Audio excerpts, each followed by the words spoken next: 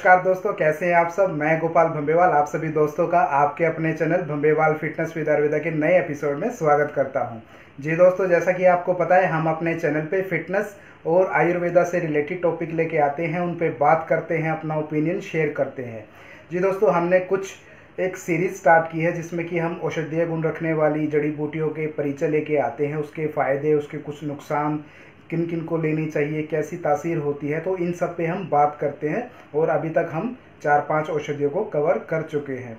तो दोस्तों, आज मैं औषधि परिचय सीरीज़ में एक ऐसी औषधि लेके आया हूँ जो कि धातु को पुष्ट करने वाली होती है, धातु को बनाने वाली होती है, यानी कि वीर्य का निर्माण करने वाली होती है। और ये सेक्सुअल डिजीज़ में भी बहुत ही ज़्यादा इंपॉर्टेंट रोल करती है। इसके साथ साथ और दूसरी बीमारियों में भी इसके बहुत सारे फ़ायदे देखे जाते हैं। शीघ्र पतन की समस्या के लिए भी इसका एक नुस्खा होता है जो कि यूज़ किया जाता है, तो मैं आगे चल के आपको वो भी बताऊंगा। तो वीडियो में आप अंत तक बने रहिएगा। जो दोस्त चैनल पे नए हैं वो चैनल को सब्सक्राइब कर ले, साथ में बेल आइकन को प्रेस कर ले ताकि आने वाली सभी नई वीडियो का नोटिफिकेशन सबसे पहले आपको मिल सके। वीडियो पसंद आए तो दोस्तों लाइक और कमेंट जरूर करें, साथ में शेयर तो करना ही करना है। और दोस्तों, अगर आप फिटनेस और आयुर्वेदा से रिलेटेड जानकारी, बेसिक इन्फॉर्मेशन लेना चाहते हैं तो आप आज ही हमारे चैनल को सब्सक्राइब कर लें, क्योंकि हम इस तरह के टॉपिक लेके आते रहते हैं। तो दोस्तों, शुरू करते हैं आज का टॉपिक। दोस्तों, आज औषधि परिचय में हम बात करेंगे वंशलोचन। आपने इसके बारे में सुना होगा, और जो वैद्य हकीम होते हैं वो इसे यूज़ करते हैं। पंसार की शॉप पे आसानी से मिल जाती है, लेकिन ध्यान रखना होता है क्योंकि इसमें मिलावट काफ़ी देखी जाती है। तो ओरिजिनल अगर होगा तो आपको बहुत अच्छा फ़ायदा इसका मिलेगा। और किस तरह से यूज़ करना है वो हम आगे चल के आपको बताएंगे, और आगे इसके कई नुस्खे और भी लेके आते रहेंगे टाइम टू टाइम। तो अभी हम इसका बात करेंगे जो इसका औषधि परिचय है, इसके क्या फ़ायदे हैं, कहाँ कहाँ यूज़ कर सकते हैं, कैसी इसकी तासीर होती है। तो आज हम इन सब पे बात करेंगे। तो चलिए दोस्तों, शुरू करते हैं। दोस्तों, आज हम बात करेंगे वंशलोचन के बारे में, जो कि एक रसायन होता है, ताकत देने वाले नुस्खों में यूज़ होने वाली एक बहुत ही कॉमन औषधि होती है। तो दोस्तों, सबसे पहले बात करते हैं वंशलोचन का रंग के बारे में, कैसा ये दिखता है।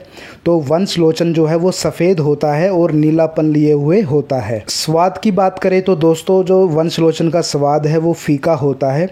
और इसके स्वरूप की बात करें तो जो वंशलोचन होता है वो बड़े और मोटे जाति के जो बांस होते हैं उसमें ये होता है। यह बांस की गांठ दो में होता है। जब बांस पक जाता है तब यह गांठ के नारियल के दूध के समान जम जाता है। जब उन बांसों को काट काट कर सुखा देते हैं तब यह रस भी सूख जाता है। बांसों को फाड़कर वंशलोचन को निकाला जाता है और उसको साफ शुद्धिकरण करके उसको खाने के तौर पे औषधि रूप में यूज़ किया जाता है। तो आप समझ सकते हैं दोस्तों कि जो वंशलोचन यानी कि जो बांस होता है उसमें इसका निर्माण होता है। जो बड़े और मोटी जाति के बांस, जो अच्छी क्वालिटी के बांस होते हैं, तो उनमें इसका निर्माण होता है। तो दोस्तों, अब बात करते हैं इसके स्वभाव के बारे में। तो जो वंशलोचन होता है वो शीतल प्रकृति का होता है, ठंडी तासीर होती है, यानी कि गर्म तासीर के लोगों के लिए बहुत ही अच्छा ये औषधि के तौर पे काम करेगा, फ़ायदा देगा। अब बात करते हैं दोस्तों इसके कि हानिकारक प्रभाव, यानी कि वंशलोचन को अगर अधिकता से ज़्यादा ले लिया जाए, अधिकता में यूज़ किया जाए, ज़्यादा लंबे समय तक लिया जाए, ज़्यादा डोज में यूज़ किया जाए तो इसके जो नुकसान होते हैं वो फेफड़ों को नुकसान पहुंचाते हैं। वंशलोचन का जो नुकसान होगा, जो हानिकारक प्रभाव होते हैं वो फेफड़ों को होते हैं। अब दोस्तों, अगर किसी को वंशलोचन खाने से इसकी हानि हो जाती है, आपको नुकसान पहुंचता है, तो आप इसके समाधान के लिए, इसके हानिकारक प्रभाव के मारण के लिए आप यूज़ कर सकते हैं उन्नाव को, मस्तगी और केसर। ये 3 चीज़ें होती हैं जो कि आप इसके हानिकारक प्रभाव को कम करने और ख़त्म करने के लिए यूज़ कर सकते हैं। अब दोस्तों, बात करते हैं कुछ ऐसी जड़ी के बारे में जो कि इसके प्रतिनिधि के तौर पे काम करती है, यानी कि इसके समान जो है गुण धर्म रखती है और आप साथ में यूज़ कर सकते हैं। इसमें सबसे पहले आता है कुल्फ़ा के बीज। कुल्फ़ा, उसके जो बीज होते हैं वो यूज़ करने होते हैं। काशनी, चंदन सफ़ेद, ये 3 चीज़ें होती हैं जो कि इसके समान फ़ायदे और गुण रखती है। बात करते हैं दोस्तों इसकी डोज। तो वंशलोचन जो औषधि रूप में यूज़ किया जाता है, वैसे तो जो वैद्य हकीम होते हैं वो प्रॉब्लम के हिसाब से, समस्या के हिसाब से इसकी डोज़ को तय करते हैं, लेकिन जो आयुर्वेद में जो इसकी जो डोज़ बताई गई है वो 6 माशा बताई गई है। 6 माशा यानी कि 6 ग्राम आप यूज़ कर सकते हैं।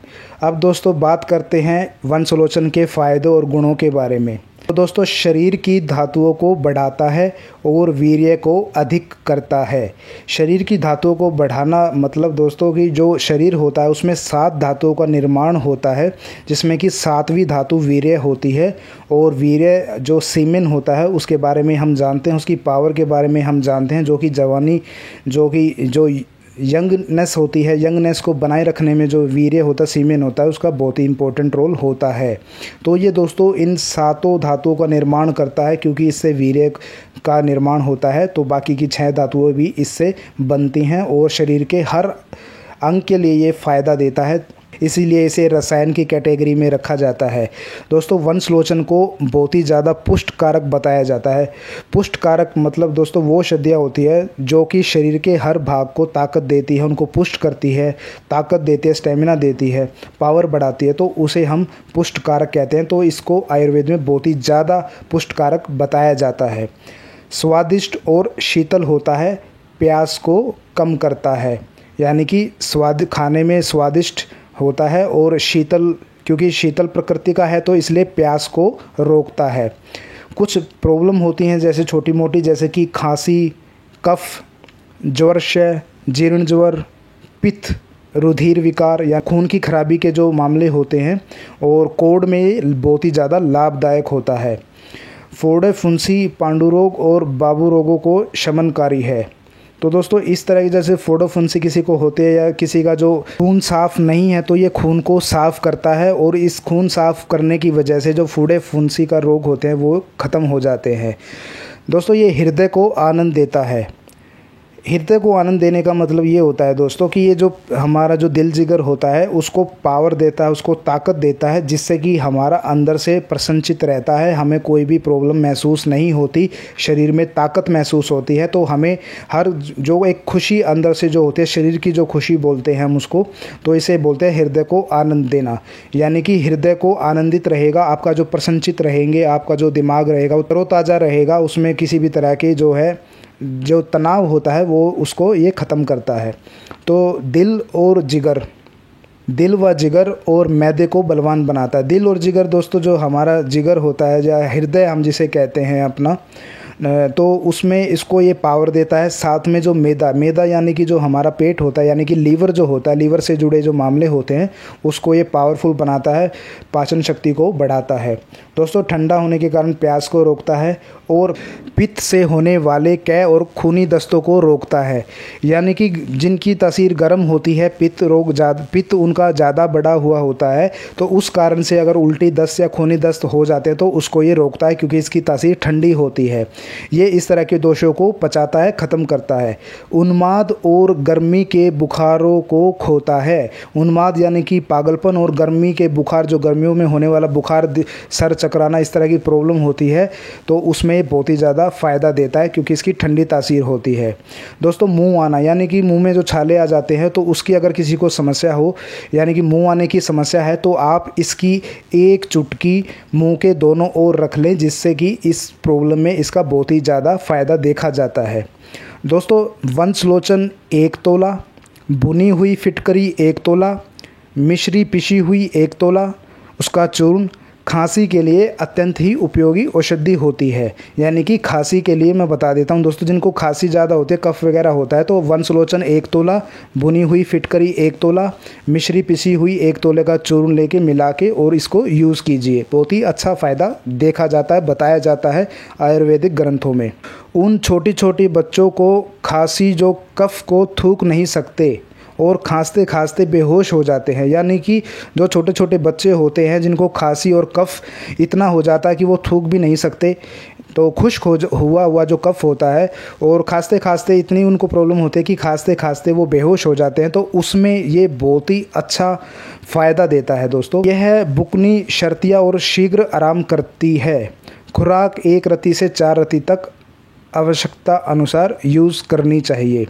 तो दोस्तों इस तरह की जो कुछ छोटी छोटी समस्याएं होती हैं जिनमें वंशलोचन को यूज़ किया जाता है, और धातुवर्धक जो जितने नुस्खे होते हैं उसमें बहुत ही ज़्यादा यूज़ किया जाता है। इसके कुछ खुद पर्टिकुलर इसके कुछ नुस्खे भी हैं। अगर आपको वो जानना चाहते हैं तो आप मुझे अभी कमेंट कीजिए, मैं उस पर एक वीडियो लेके आऊँगा।